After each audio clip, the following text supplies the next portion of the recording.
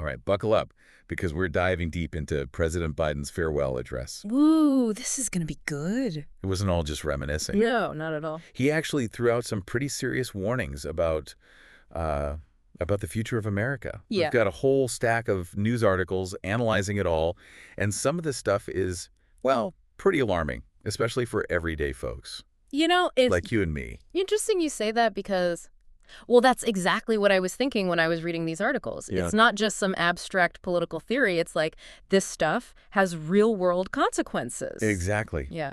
And that's why we've got you here. You're the one who can always connect those dots and explain why it matters. Well, for everybody. Well, let's see if I can live up to that reputation. Okay, so one of the biggest things that jumped out at me from these articles was Biden's warning about oligarchy, like taking root here in America. Mm.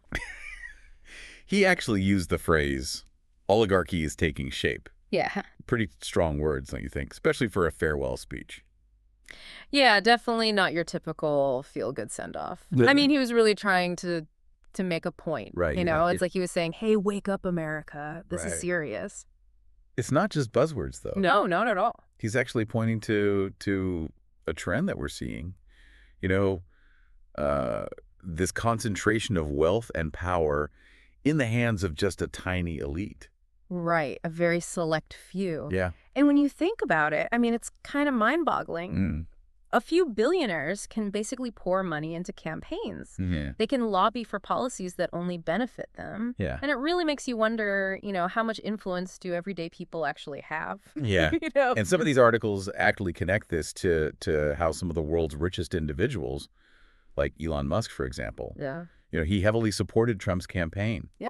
So, if just a handful of super wealthy people can basically sway elections and policy, what does that mean for the rest of us? That's the million-dollar question. Right. Yeah, I mean, Yeah. is the American dream, that idea of a fair shot for everyone, is that becoming more of a fantasy, Yeah. for most people? That's the question that I think a lot of people are asking right now. Right. And Biden actually, he kind of touched on that too. He talked about the American dream, Mm-hmm. but he also acknowledged that for a lot of folks, it feels increasingly out of reach. And these articles, I mean, they really drive that point home. Yeah. With some pretty stark statistics. Yeah. One from the Federal Reserve. I mean, this one really hit me. It said that the wealthiest 0.1% hold more wealth than the bottom 50% combined. Wow. I mean, when you see numbers like that, it's hard to believe that the system is really working for everyone. No, it really does paint a picture of a system that's it's maybe rigged against the average person. Yeah. You work hard. Right. You play by the rules. Right. But it seems like the odds are stacked against you from the very beginning. It's like you're running a race, but some people start miles ahead of you. Right. Yeah. And when you see these billionaires, kind of throwing their weight around in politics, Mm-hmm. it's easy to feel like your voice doesn't matter. It's like, what's the point? Right. Why even bother? Exactly. Yeah. And that feeling of powerlessness, that could be really dangerous. Oh, absolutely. For democracy. Right. Because if people start to lose faith in the system, they might be more willing to embrace some, extreme solutions. Right. Or just turn away from democratic values altogether. It's like if you're told the game is rigged long enough, you might start looking for a whole new game. Right. Yeah. And that actually, that brings us to another big warning that Biden had. Okay. The power of social media and what he called the tech industrial complex. I mean, he didn't hold back there. No. He's clearly concerned about the spread of misinformation Mm-hmm. and how it's just eroding trust in institutions. Which is a huge problem because, trust is kind of the foundation of a functioning society. Right. Yeah. And he's calling out these tech giants for not doing enough to protect children and democracy. That's a pretty big accusation to level at some of the most powerful companies in the world. Yeah. Yeah. It's a big deal because these platforms have so much power over the information that we see. Right. It's like they control the flow of information Yeah. and the choices that we make. Mm-hmm. It's almost like they've become these gatekeepers to the digital world. And they're profiting from a system that often prioritizes engagement over accuracy. Right. So we're just constantly bombarded with, clickbait headlines, sensationalized stories, and even outright lies. Yeah. And it's all designed to keep us scrolling, Yeah. to keep us hooked. Right. Yeah. And in that kind of environment, it becomes almost impossible to separate fact from fiction. It's like we're drowning in information, Yeah. but starving for truth. Yeah, and that's exactly what those who want to undermine democracy are counting on. Absolutely. Because if people can't agree on even basic facts, it becomes impossible to have a productive conversation, Right. let alone, find solutions to complex problems. Yeah. It's like trying to build a house on quicksand. Right. So it's not just about what we see online. Yeah. It's about how that shapes our understanding of the world, our trust in each other, and ultimately our ability to participate in a healthy democracy. It's like it affects everything. Yeah. Yeah. You hit the nail on the head. Okay. That's why this isn't just some abstract political debate. Yeah. It has real world consequences for all of us. Mm-hmm. Think about it. Misinformation can sway elections. It can fuel violence. It can erode our shared sense of reality. Yeah. It impacts our communities, Absolutely. our families, our personal lives. It's like this virus, that spreads through society, weakening our collective immune system. Right, and the scariest part is it's often really hard to recognize until it's too late. Yeah, it's like a slow burn. Yeah. So before we wrap up this part of our deep dive, I'm curious to get your take on this because Biden talked a lot about respecting democratic institutions. Right. But what happens when people feel like those institutions have actually failed them? That's a big question. Yeah. Yeah. What happens when the average person feels like their voice doesn't matter and that the system is actually rigged against them? Yeah. That's a really crucial question. And I think it's something that Biden's speech kind of touches on indirectly.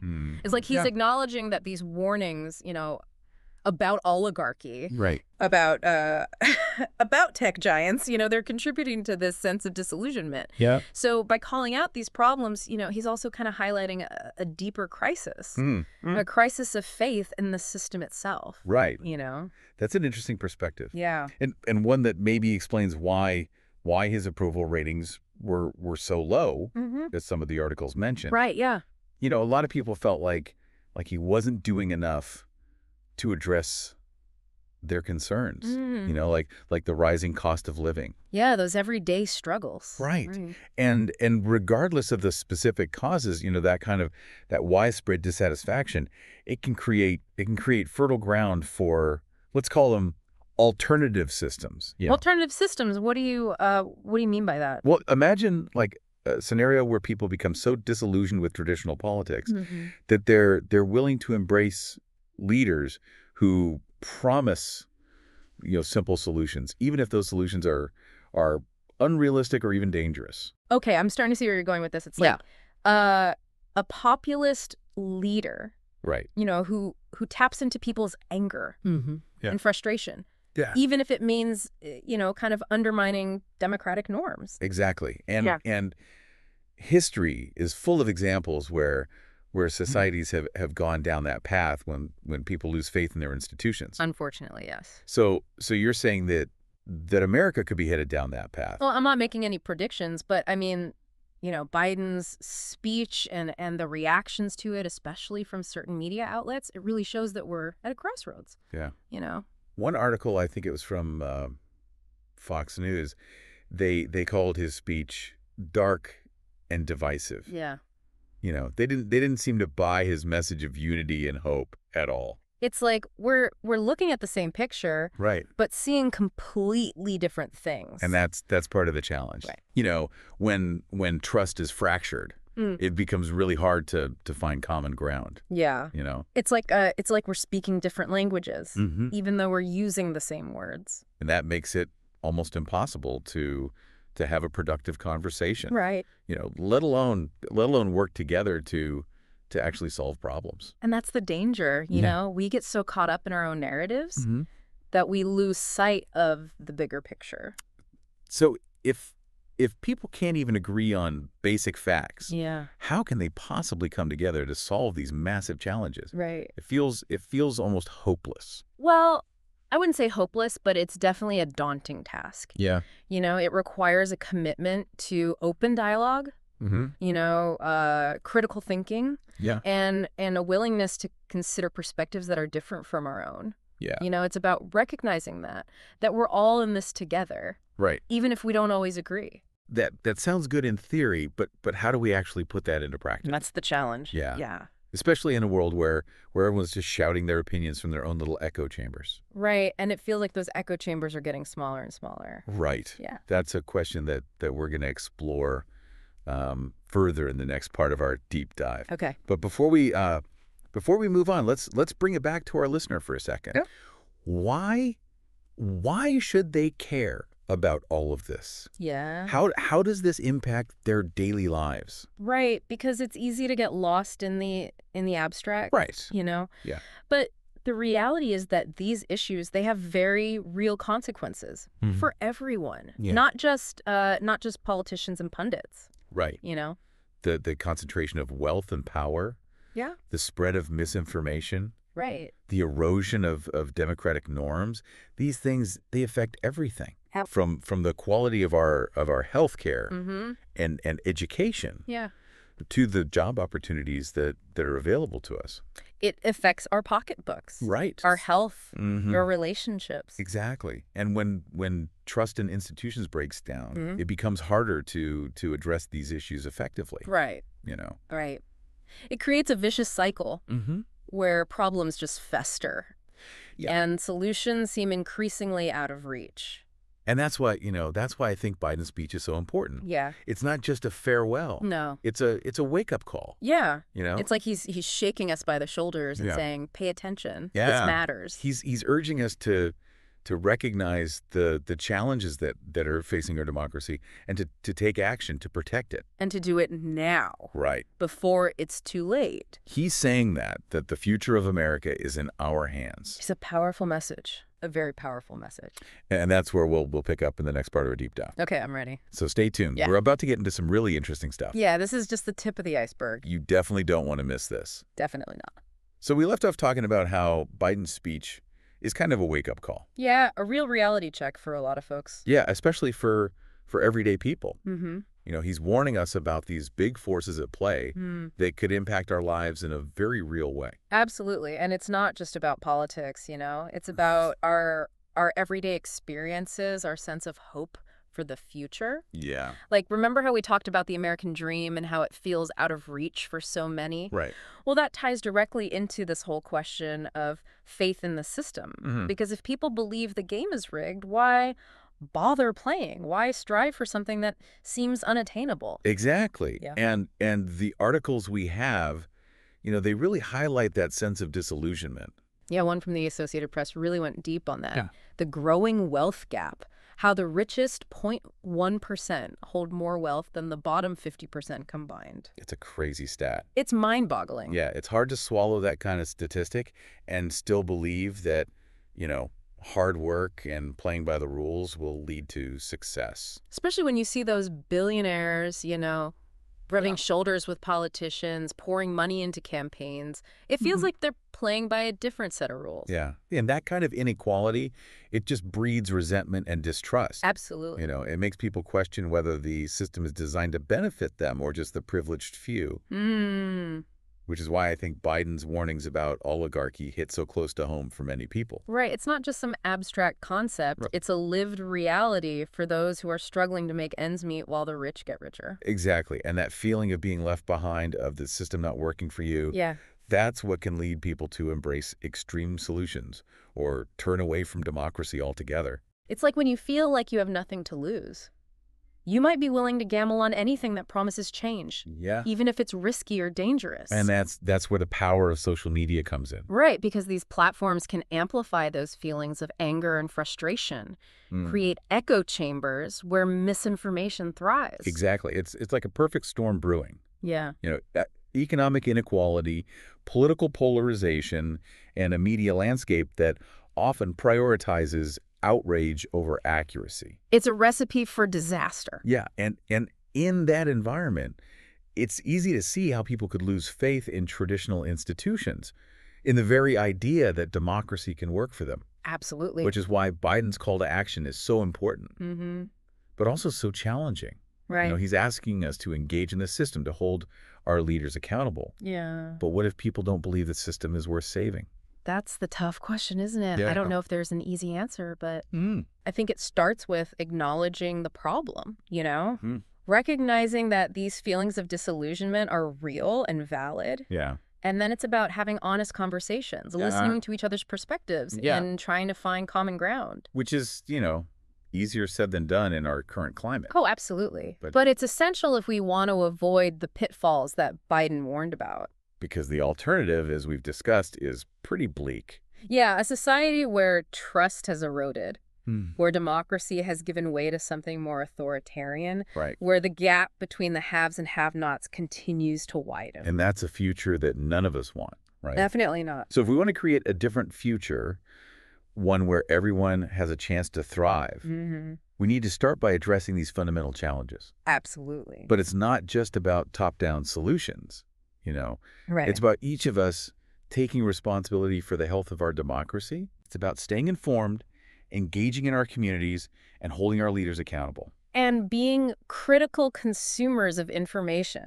Questioning our assumptions. Yeah. And seeking out diverse perspectives. Because the truth is out there, but it's often buried under a mountain of noise and misinformation. It's like finding a needle in a haystack. Right. So we need to be vigilant, discerning, and willing to put in the work to separate fact from fiction. Mm-hmm. And remember, this isn't just about politics. No. It's about our shared future, the kind of world we want to live in, the kind of country we want to leave for our children. It's not the legacy we leave behind.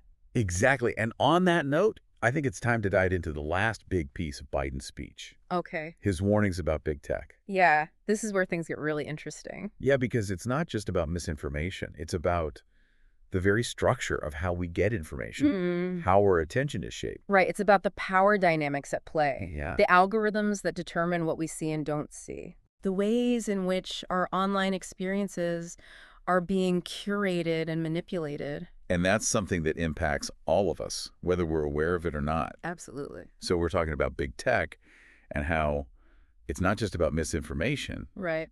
but about how our attention is being shaped Yeah. and how that impacts all of us. Yeah, it's like Mhm. one of the articles I read, it actually compared big tech's influence to Yeah. the military-industrial complex, Right. that Eisenhower warned about decades ago. It's a heavy comparison. It is. But I think it makes sense when you consider how reliant we are Mhm. on these tech companies for everything, For everything, yeah. from communication to news to entertainment. We're constantly plugged in Yeah. to these platforms, and they have an incredible amount of power Mm. over what we see, what we read, what we think. And Biden, he didn't shy away from calling that out. No, he didn't. No, He was very direct. He talked about how truth is being smothered by lies told for power and for profit. Powerful words. It's a scary thought, especially when you consider how algorithms can amplify those lies and create those echo chambers where people are only exposed to information that reinforces their existing beliefs. It's like we're living in a world where reality itself is being fragmented. Yeah. Everyone has their own version of the truth. Right. And it becomes harder and harder to find common ground. And that's exactly what those who seek to undermine democracy, that's what they want. Yeah, they thrive on division Yeah. and chaos, and they use these platforms to sow discord and erode trust in institutions. So it's not just about being careful about what we click on or what we share. No. It's about recognizing these larger forces at play. Right. The ways in which these platforms are designed to keep us engaged, Yeah. even if that means sacrificing accuracy and objectivity. Exactly. And that's where Biden's call for safeguards, especially when it comes to AI, becomes so important. He seemed particularly concerned about the potential risks of this technology. Yeah, and it's easy to see why. Yeah. I mean, AI has the power to automate and personalize the spread of misinformation on a scale we've never seen before. Yeah, it's like a whole new level of information warfare. It is. And we're only just beginning to understand the implications. Yeah, we're kind of in uncharted territory here. And that's why we need to be having these conversations now. Absolutely. We need Maybe to- be proactive. We need to be thinking critically about the ethics of AI, Mm-hmm. about how we can ensure that it's used for good Right. and not for manipulation and control. Because the stakes are incredibly high. Yeah. You know, our very understanding of reality, our ability to make informed decisions, Mm-hmm. our trust in each other, all of these things are at risk. So what can we do about it? Are we just at the mercy of these algorithms? Well, I wouldn't say we're powerless. You know, we can start by being more aware of how these platforms work, Mm-hmm. how they're designed to keep us hooked, how that can distort our perceptions. Right. You know, it's about being more mindful of the information we consume, questioning our assumptions, Yeah. seeking out diverse perspectives. And it's about holding these tech companies accountable, Oh, absolutely. you know, demanding transparency, Mm-hmm. pushing for regulations that protect our privacy and our democracy. It's a David versus Goliath situation, but that doesn't mean we should give up. Right. You know, Yeah. it's about fighting for a future where technology serves humanity, Mm-hmm. not the other way around. And that kind of brings us back to Biden's message of hope and resilience. Yeah. You know, he's urging us to keep the faith, Mm-hmm. but not in a blind or passive way. Right. It's about having faith in ourselves, Mm-hmm. in our ability to rise to this challenge Yeah. and create a better future. A future where technology empowers us, not enslaves us. A future where democracy thrives, not withers. Yeah. A future where everyone has a chance to live a life of dignity and purpose. And that's a future worth fighting for. Absolutely. So Biden's farewell address, you know, it was a powerful reminder of the challenges we face, Mm-hmm. but also of the potential we have to shape a better future. Yeah, it was a call to action Yeah. for all of us. Urging us to be vigilant, engaged, and hopeful. And to remember that democracy is not a spectator sport. Right. It's something we all have a responsibility to protect and nurture. And to never stop questioning, learning, and striving for a world where everyone has a chance to thrive. Well said. Thank you for joining us on this deep dive. Yeah, this was a great conversation. Remember to stay curious, stay informed, and stay engaged. And most importantly, stay hopeful.